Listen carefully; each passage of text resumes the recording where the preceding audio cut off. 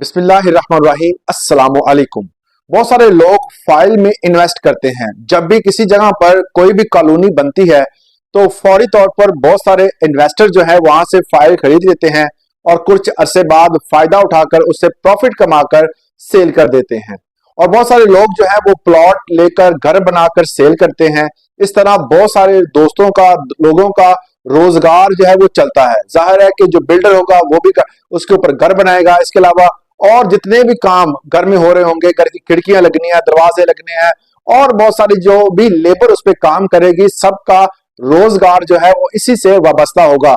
अगर इसके आगे रोड़े अटकाए जाएंगे, इसको मुश्किल बनाया जाएगा और इस पर ज्यादा से ज्यादा टैक्स लगाए जाएंगे तो इससे जो इन्वेस्टर है वो कभी भी प्लॉट लेकर उस पर तामीर कर बेचेगा नहीं। वो किसी और जगह इन्वेस्ट कर देगा या अपना पैसा किसी और मुल्क में ले जाएगा। तो इस तरह पाकिस्तान में जो अनएम्प्लॉयमेंट है वो बहुत ज्यादा हो रही है। इन टैक्सों की वजह से बहुत सारी फैक्ट्रियां बंद भी हो चुकी हैं और टैक्स जो है वो बढ़ाए जा रहे हैं। सबसे बड़ा टैक्स जो बिजली पर लगाया जा रहा है और अवाम जो है वो इस पर बुखला उठी है और वो कहती है कि जी ये टैक्स कम किए जाए, मगर रिलीफ है कि वो देने का नाम ही नहीं ले रहे।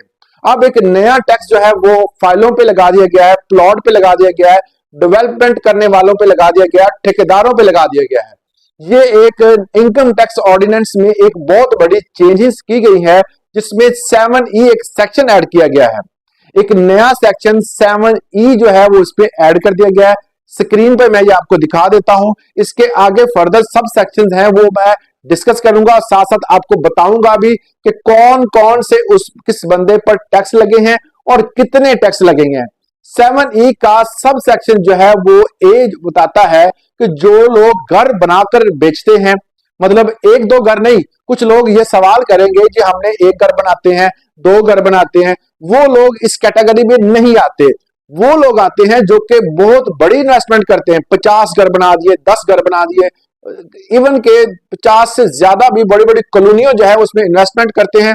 वहां दर्जनों घर बनाकर जो है वो बेचे जाते हैं। तो इसमें वो लोग शामिल हैं जो कि घर बनाकर कमर्शियल और घरेलू दोनों तरह के घर बनाकर सेल करते हैं, उन पर भी टैक्स आयद कर दिया गया है। कितना किया गया है आगे कैटेगरी में लास्ट में बताता हूं। दूसरा जो है वो किन पर टैक्स आयद किया गया, वो डेवलपर पर और सेलर पर, जो कि कमर्शियल और रेजिडेंशियल एरिया पर प्लॉट खरीद कर और उसको ठेके पर देकर घर बनवाकर आगे सेल करते हैं।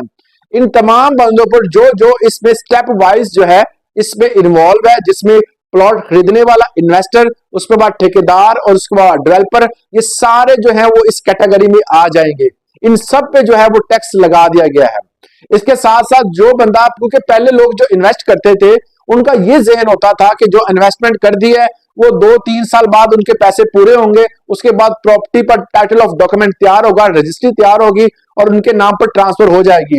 कुछ लोग जो है वो रहने के लिए लेते हैं, कुछ लोग इन्वेस्टमेंट की नजर से लेते हैं। तो इन्वेस्टमेंट का तो फिलहाल जो है वो बेड़ा गर्क होकर रह गया है। लोग इन्वेस्ट नहीं करेंगे, टैक्स बेपनाह लगा दिए गए हैं, प्रॉफिट पर टैक्स लगाया गया है। बेसिकली जो बंदा इन्वेस्ट करता है और वो इन्वेस्टर है तो और उस पर जो टैक्स है उसकी शरह जो है वो मखसूस रखी गई है। जिस तरह एक ठेकेदार है, कोई भी बंदा ठेका लेता है, आपने एक प्लॉट लिया, मतलब 10 प्लॉट लिए आपने, 10 प्लॉटों का आपने ठेका दिया 50 लाख का, फर्ज कर लिया, मैं इतना एक फर्जी अमाउंट आपको बता रहा हूं, 50 लाख का आपने ठेका दिया, उसने 50 से 70 लाख के दरमियान आपको घर बना के दे दिए और उस पर और उस बंदे को, जो ठेकेदार है जिसने उस पर घर बनाए, उसकी इन्वेस्टमेंट और उसकी इन्वेस्टमेंट के बाद जो उसने प्रॉफिट कमाया उस प्रॉफिट पर 10% टैक्स लगा दिया गया है। उसके बाद बारी आती है डेवलपर की। जो भी बंदा डेवलपर है जो कि सड़कें बनाता है, तमाम जो उनके रोड है उसको बनाता है, उसको डेवलप, जितनी भी चीजें डेवलपमेंट में आती हैं, जिसमें गैस की तरसील, जिसमें बिजली की तरसील, जिसमें उसके सड़कों का बनाना, उसके बाद डिफरेंट जो जो भी उसके काम है, उस पर जो बंदा, जो जिसके बंदे के पास वो ठेका होता है, उस पर जो बंदा जो प्रॉफिट, उसकी जो लागत है उसके अलावा जो बंदा प्रॉफिट कमाएगा उस पर 15% वो टैक्स देगा। मतलब एक बंदे ने 1 लाख इन्वेस्ट किया, 15% उसको बचा और वो अगर 15% बच गया है तो उस पर भी वो 15% टैक्स देगा। 100 में से 15% उसने देना ही देना है। तो ये डेवलपर पर है। और कुछ कंपनीज ऐसी होती हैं, जो कुछ लोग दोस्तों ने मिलकर कंपनीज बनाई होती हैं जो कि डेवलपमेंट भी करती हैं और कंस्ट्रक्शन भी करती हैं, दोनों काम करती हैं।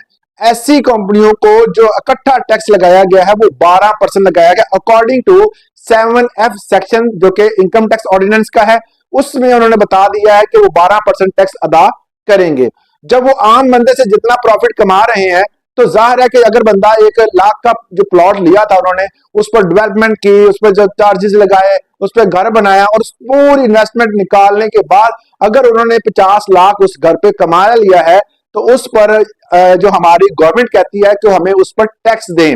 वो टैक्स अगर आप डेवलपर हैं तो 15% देंगे, अगर आप ठेकेदार हैं, घर बनाकर दिया है, तो आप 10% देंगे। अगर दोनों काम किसी फर्द वाहिद ने किए हैं या किसी कंपनी ने किए हैं, तो उसके लिए अलग टैक्स जो है वो शेड्यूल बना दिया गया है। इसके अलावा अगर कोई कंपनी है, बहुत सारी कंपनीज होती हैं, जैसे स्मॉल कंपनी, उसके बाद बैंकिंग कंपनी और कोई भी अदर कंपनी, इन पर भी टैक्स की शरह रखी गई है। उसके लिए ये मैं आपको दिखा देता हूं उनका नोटिफिकेशन। स्मॉल जो कंपनी होगी, थोड़े बंदे मिलकर जो कंपनी रजिस्टर करवाते हैं, उनके लिए 20% टैक्स जो है वो उनकी इनकम पर है, जो उन्होंने कमाना है उस पर देना है एक कंपनी ने।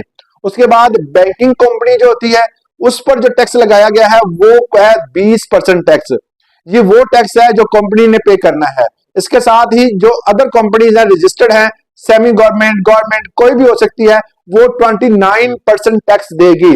ये कंपनीज का अलहदा टैक्स है। और दूसरा टैक्स आप सोच रहे होंगे कि जो दो तरह के टैक्स बताए जा रहे हैं, एक जो है वो कंपनी के अगर फर्द वाहिद कोई बंदा अपनी कंपनी रजिस्टर करवाए बगैर, या वैसे वो क्या करता है कि इन्वेस्टमेंट करता है, उसकी कंपनी नहीं है, वो इन्वेस्टर है, जब उसने इन्वेस्ट कर दिया तो उस इन्वेस्टमेंट पर जो प्रॉफिट होगा उसका जो है वो अलग रेट दिए गए हैं। अगर कोई कंपनी जो है वो डेवलपमेंट करती है, बैंकिंग कंपनी है, स्मॉल कंपनी है या अदर कंपनी है, या कोई गवर्नमेंट के साथ उसके साथ जो है वो मिलकर कोई काम कर रहे हैं, तो उस पर भी टैक्स जो है वो उसकी शरह मखसूस की गई है। ये वो टैक्स है जो कि एक ठेकेदार देगा, एक डेवलपर देगा और एक इन्वेस्टर देगा। चाहे वो फाइल खरीदे, चाहे वो घर खरीदे या प्रॉपर्टी खरीदे, किसी किस्म की भी अगर किसी जगह पर कोई भी प्रॉपर्टी का लेन देन होता है बड़े पैमाने पर, तो उस पर वो टैक्स देगा। अब एक चीज जो है मैं आपको क्लियर कर दूं, ये वो तमाम टैक्स हैं जो कि एक आम बंदे ने पे करने हैं, जो कि इन्वेस्ट कर रहा है। अगर कोई बंदा किसी भी तरह के, अगर वो बंदा प्रॉपर्टी खरीद लेता है, एक आम बंदा अपनी रहाइश के लिए, तो उसको तो एडवांस टैक्स देना पड़ेगा। उसको जो है वो जो इसके अलावा जो टीएमए का टैक्स है वो देना पड़ेगा। इसके अलावा जो इसकी रजिस्ट्रेशन का टैक्स है वो देना पड़ेगा। इसके अलावा स्टाम्प ड्यूटी का टैक्स है वो देना पड़ेगा। इंतकाल का टैक्स है वो देना पड़ेगा। ये वो 5 टैक्स वो होंगे जो कि जो बंदा खरीद रहा है उसने देने ही देने हैं। वो अलग टैक्स है, ये अलग टैक्स है। ये डेवलपमेंट करने वाले और जो बंदे इन्वेस्ट करने वाले, ये उन पर लगाए गए हैं। बाकी बंदों पे टैक्स नहीं लगाएगा। उन पे वो जो टैक्स पहले लगा चुके हैं, वो जिसमें गेन टैक्स जो है वो फरोख्त करने वाला जो है जितना गेन करेगा, जितना प्रॉफिट कमाएगा, उसने देना ही देना है।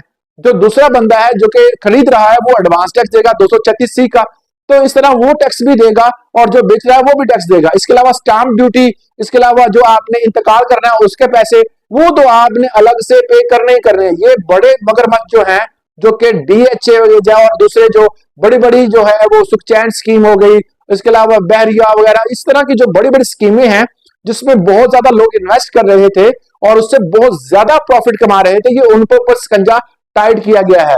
आम बंदों पे नहीं है जो 1-2 घर बना के कर रहे हैं। इस तरह के बंदों के ऊपर टैक्स जो है वो रूटीन के जो टैक्स चल रहे हैं वही होंगे, इसके अलावा और कोई टैक्स नहीं होगा। ये उन बंदों पर है जो कि बहुत बड़ी जगह पर इन्वेस्टमेंट करते हैं। तो इसलिए ये जो सिस्टम चल रहा था, अब जो है वो कराची, फैसलाबाद, हैदराबाद और इस्लामाबाद और मरीब और इसके बहुत सारे करीब तर इलाके जो थे, जहां पर डेवलपमेंट बड़ी तेजी से हो रही थी, लोग जो था इसमें बड़ा ज्यादा इन्वेस्ट कर रहे थे, अब जो है वो सारा काम ठप होकर रह गया है और किसी किस्म का कोई भी जो है प्रॉपर्टी का लेन देन नहीं हो रहा।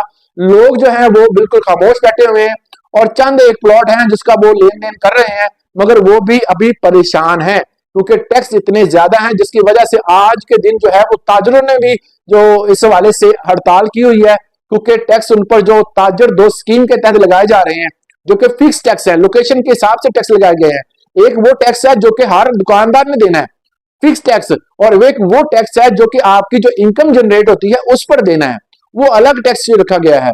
तो इस तरह के जब बेपनाह टैक्स लगाए जाएंगे तो आवाम जो है वो, अगर आप कमाई करें ना करें, आपकी चीज फरोख्त हो ना हो, आपने टैक्स देना है। तो इस तरह के मामला जब होंगे तो फिर एहतजाज होंगे और इस तरह की सूरत हाल को आवाम जो है वो अवाम को कोई ऐसा इंतशारी जो कदम है वो नहीं उठाना चाहिए, समझदारी से काम लेना चाहिए। आप भी जो है वो एहतजाज करना आपका हक है, मगर हम ये मुल्क हमारा है, इसकी हिफाजत करना भी हमारी जिम्मेवारी है। आज के लिए इतना, इजाजत दीजिएगा। अल्लाह हाफिज।